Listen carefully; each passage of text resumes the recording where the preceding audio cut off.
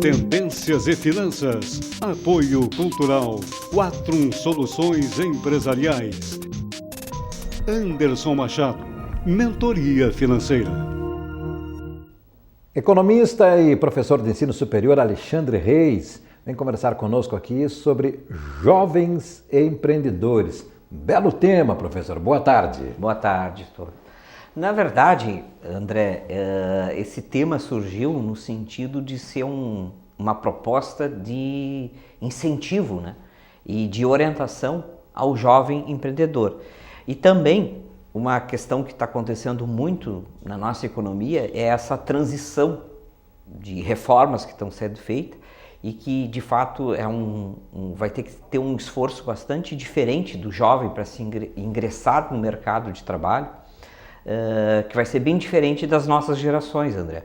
Ou seja, de fato, a partir de agora, e é claro que a gente torce, e aqui eu estou sendo um pouco otimista do ponto de vista econômico, que nos próximos 2, 3 anos nós voltamos a ter crescimento econômico e é óbvio que aí essa tendência vai se efetivar no mercado, ou seja, muito mais empresas servindo, né, a ideia do trabalho substituindo a ideia do emprego, né? De fato, com a reforma trabalhista, com as tendências que a gente está vendo do nível mundial e aqui colocadas para o nosso, vamos dizer assim, quintal de casa, o Brasil, as relações de prestação de serviço, de comércio, da indústria, vai ser uma relação muito mais entre empresa e empresa do que empresa com o trabalhar. Isso é uma tendência mundial e isso está chegando a nós, né? Então, para isso, né, o jovem, né, essas gerações que vão garantir o nosso futuro, né, eles vão ter que ter esse olhar muito mais empreendedor, né, ou seja, saber ser empresário, né?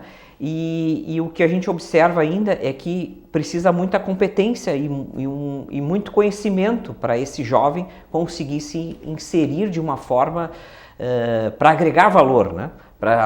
Ou seja, esses novos empreendimentos crescerem junto com o nosso Brasil também ter um novo crescimento econômico, ou seja, uma nova fase, né? Mais otimista do ponto de vista de se pensar numa outra economia, né?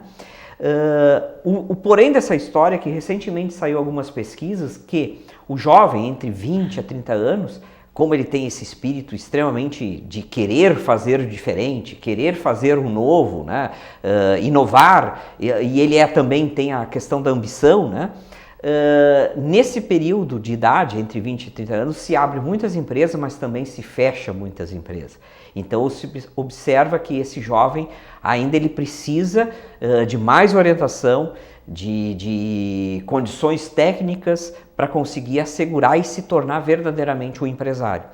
Essa mesma pesquisa, né, revelou que nas classes mais, exemplo, C e D, vamos dizer assim, né, nessa categorização, né, está surgindo muito o empreendedorismo. Não só o empreendedorismo empresarial, mas também o empreendedorismo social, né? Mas que está acontecendo a mesma coisa desse outro dado, no sentido de que tu tem um ímpeto, tu abre as empresas, mas elas não se sustentam no longo prazo. A partir, né, comparando essa questão, nessa mesma pesquisa, se divulgou que empresários a partir dos 40 anos têm mais possibilidade de se consolidar o seu negócio e esse empreendimento se tornar mais factível a longo prazo, né? Então nós temos que ter essa preocupação com esse empreendedor jovem, no sentido de preparar melhor ele, orientar melhor ele, para não ter essa questão dessa ruptura, né? E sim a continuidade empresarial. O senhor sabe que, até eu estava procurando agora aqui na internet, ontem fiz um comentário e citei o seu nome em cima dessa que nós temos conversado aqui, porque saiu a notícia aquela do débito que as empresas têm com o Simples de bilhões de reais que o governo vai cobrar sob pena de, não tendo resposta de negociação, que seja, né, para encaminhamento de acerto de contas, vai extinguir os CNPJs. E aí, paralelamente, eu li também um outro artigo que falava aquilo que o senhor tem orientado muito bem aqui, que é a questão, e que o que falta para essas empresas, ou para os jovens também, nesse caso que se encaixa, me parece, o planejamento financeiro. Exato. O jovem CNPJ, a pejotização que ele abre para ir para o mercado de trabalho, ele confunde o bolso com a empresa, não é isso, meu caro professor? E não pode acontecer isso. É exatamente essa geração que vai ser mais empreendedora, vai ter que seguir essa linha mais empresarial, ela vai ter que entender o que é a cultura do empresário. E essa separação entre a vida privada com a vida empresarial, todo bom empresário bem-sucedido tem que saber fazer essa separação. Então, na verdade, assim, ele precisa de uma orientação do ponto de vista de criar um plano de gestão lá para a empresa e também ele ter o seu plano pessoal. Né? Ou seja, ele é um empresário naquela empresa, ele é o diretor, ele é o gestor, e saber separar isso. Se ele misturar essas duas coisas, de fato, aí vai acontecer isso, que nem mostrou essa pesquisa, de que tu vai abrir, e de fato, por causa do intuito do jovem de querer a ambição, de querer o novo, fazer diferente, vai abrir um monte de empresa, mas ao mesmo tempo vai fechar.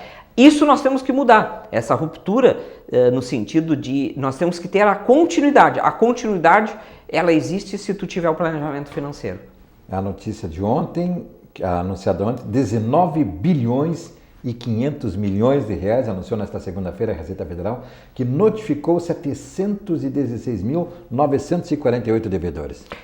Essa notícia esclarece muito bem isso, que essas empresas estão sendo mal geridas do ponto de vista financeiro. De repente, e evidentemente que é isso que traz essa evidência, esse jovem está sem preparo de gerir, pode ser que até falte conhecimentos técnicos, né?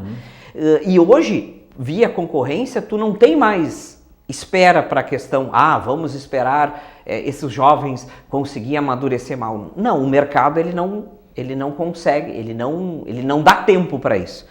Quando tu entrar no mercado, né, essa instituição que a gente não consegue perceber fisicamente o que é o mercado, como diz, o mercado, que é uma relação entre oferta e demanda, ele não perdoa, como se diz. Tu tem que estar muito bem preparado para entrar. Né? E aí, de fato, nós temos que ter, esses jovens têm que perceber isso. A realidade deles para entrar, para produzir, para ter participação no mercado capitalista desse estilo de produção, vai ter que ter essa forma empresarial. Né?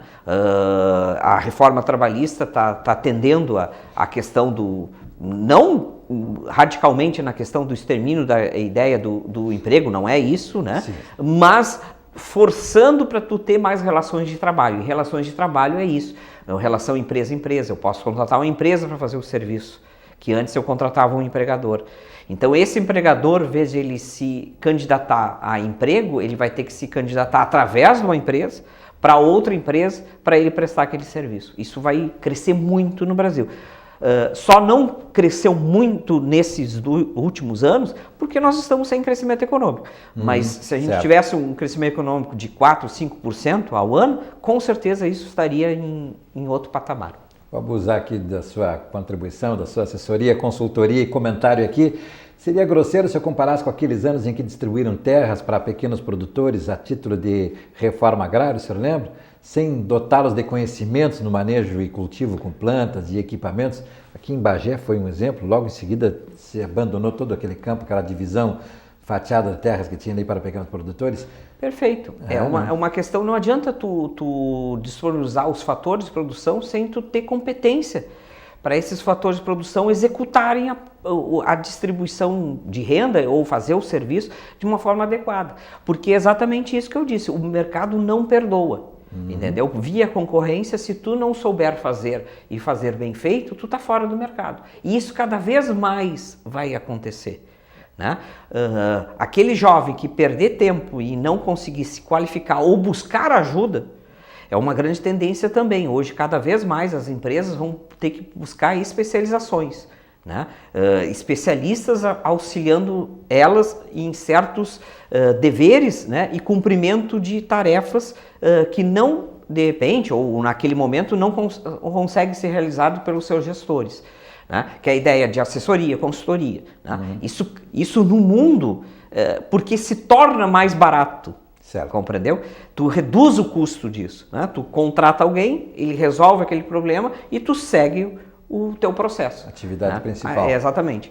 Né? Então, exatamente, tu deu um outro exemplo. Né? Não adianta tu dar terras para nós se a gente não sabe cultivar, se não temos conhecimentos técnicos da agronomia, enfim, manejo, etc. O que a gente vai fazer? Vai virar um sítio de lazer, né? Não que eu estou dizendo que isso seja um ponto negativo, mas que coloquei, exatamente. Tu precisa qualificar as pessoas para produzirem ali, seja o que for, com alta tecnologia ou baixa, enfim, para tornar aquele fator de produção que é a terra, junto com o trabalho, que é um outro fator de produção, tu consiga ter eficiência, né? E dali sair produtos e serviços. O grande mote da questão de tu ficar, vamos dizer assim, positivamente no mercado é se tu produz produtos e serviços de alta qualidade hoje. Né? Se tu não conseguir produzir isso, tu está fora do mercado. Claro, fora do ponto de vista, tu pode te requalificar e voltar novamente. Ou até mesmo você recomeçar numa outra atividade, né? Claro. Perfeito, muito bom mesmo. Muito obrigado, professor. Nada. Até o nosso próximo encontro. Sim.